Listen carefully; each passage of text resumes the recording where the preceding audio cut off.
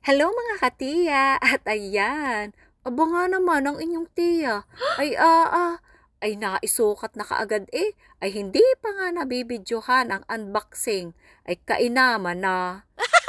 Parang nahawa yata ako kay Tiyo ng pag voice over. At ayan, naandyan nga ho si Bunso, ang aking makeup artist. Aba, ay kagaling ka naman ng tiya.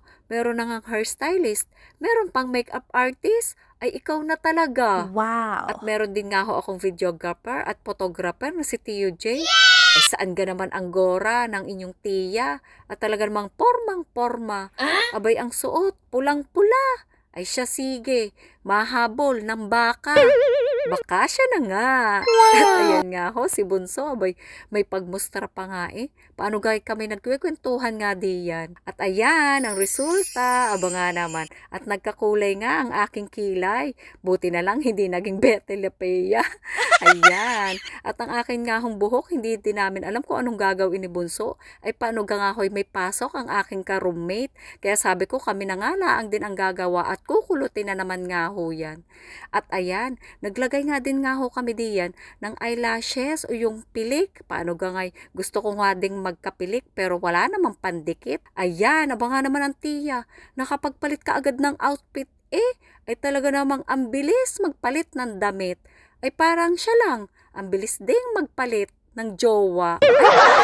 At ayan na nga laang ho ang aking susuotin kapag ka nga ho kami nagpunta dun sa aming birthday celebration. O kita nyo naman. At ayan, pero akin nga hong papalitan ang kwintas. Paano ko nga masyado naman nga ho yung pangdonyahan.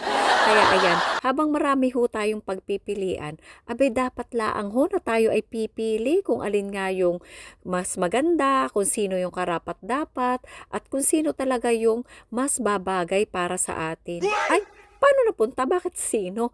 Kung ano naman ang babagay sa atin. Ayan. O kita nyo, mas bagay yata ito kaysa sa dun sa isa. Alin ba ang mas maganda? Para mas babagay dun sa ating suot na hikaw. Marami ho talaga yan. Gawa ng bigay ho yan sa amin ng aming leader. At magagamit na rin natin. Kita nyo ang aking suot na damit. Dalawa ho yan. May tube yan sa loob. At talagang pinapakita ko kay Bunso kung alin nga ho yung bagay. Ay, antiya, ay kataba na At talaga namang ang bilbil ay nagsisilabasa na nga Kitang-kita Paano ga nga ho'y wala nang ginawa kundi kumain. Abay, masarap kumain Yes! At ayan na nga ang outfit ng inyong tiya. Aba, at sinuot na nga ang kanyang biniling Crocs. O, diba? Magagamit na din natin. Maraming salamat po sa inyong patuloy na panonood. God bless you all.